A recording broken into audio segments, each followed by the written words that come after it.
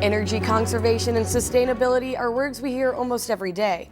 Jay Warmke of Blue Rock Station has just written a book about the history of energy and predictions for our energy future. Mr. Warmke, thanks for being here with us today. And first off, congratulations on your book. Well, thank you. Thank you. Now, the book is called When the Biomass Hits the Wind Turbine. Can you explain what that means? Yeah, I mean, obviously it's a bit of a tongue-in-cheek, but where that came from is at Blue Rock Station we get a lot of visitors, thousands each year, and interns, and I'm always struck at how everyone seems aware that something big is about to happen, that, and oftentimes young people are feeling that it's a hopeless future that they're running into, that everything has been used up and they have no hope, and I wanted to do some research to see, is this the case? And with gas and oil becoming more expensive, as it's becoming more scarce every day, which is scaring everyone, do you feel this trend is going to stick around? Yeah, of course. I mean, I hate to be the one to break it to you, but we've gone past peak oil, we've gone past peak coal, we've gone past peak natural gas. And what that means is that half of all of the supply that's on this planet has been used up. And that's the easy half. That's the half that was, I always say, the Jeb Clampett half, where he was shooting at some food and up through the ground.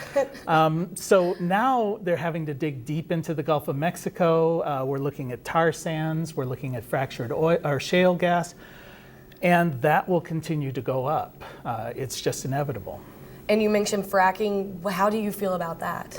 Well, one of the things that I found is I believe there's been a lot of hype, a lot of talk about shale gas fracking. I believe it is hype. It's primarily hype. The amount of natural gas produced in this country has remained pretty stable since the early 1970s. And what's happened is the easy stuff is disappearing. So now they're looking at these sort of technologies of desperation to try and keep that level of production up. And so what you're getting is hydraulic fracturing, but each of those technologies is more expensive than the last. So studies have shown it costs between $8 and $10 per 1,000 cubic feet to produce it in this way, yet it's selling for less than $3. So they're losing $7 on every unit they sell, so it's not sustainable. So the boom will go bust before it even goes boom.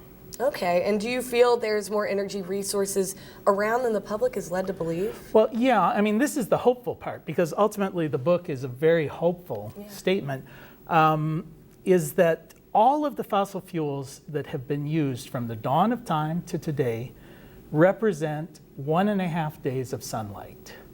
So this fossil fuel was always there prior to the Industrial Revolution, but we had 100 years of economic prosperity by turning this stored resource into money. That's 1.5 days of sunlight. As we transition to this new economy of sustainable energy, imagine what kind of future we have if we have a week of sunlight that's turned into monetary economic growth, or a month, or a year. I mean, I always say that this coming age will make the Industrial Revolution look like a weak warm-up act. The future is really going to be amazing. Great, that's good to hear. And just really briefly, where can someone go if they want to get your book? Well, it's available at our website, bluerockstation.com or amazon.com, all of the traditional web-based points of access. Wonderful, and congratulations again, and thanks for being with us tonight. Well, thank you very much, Katie.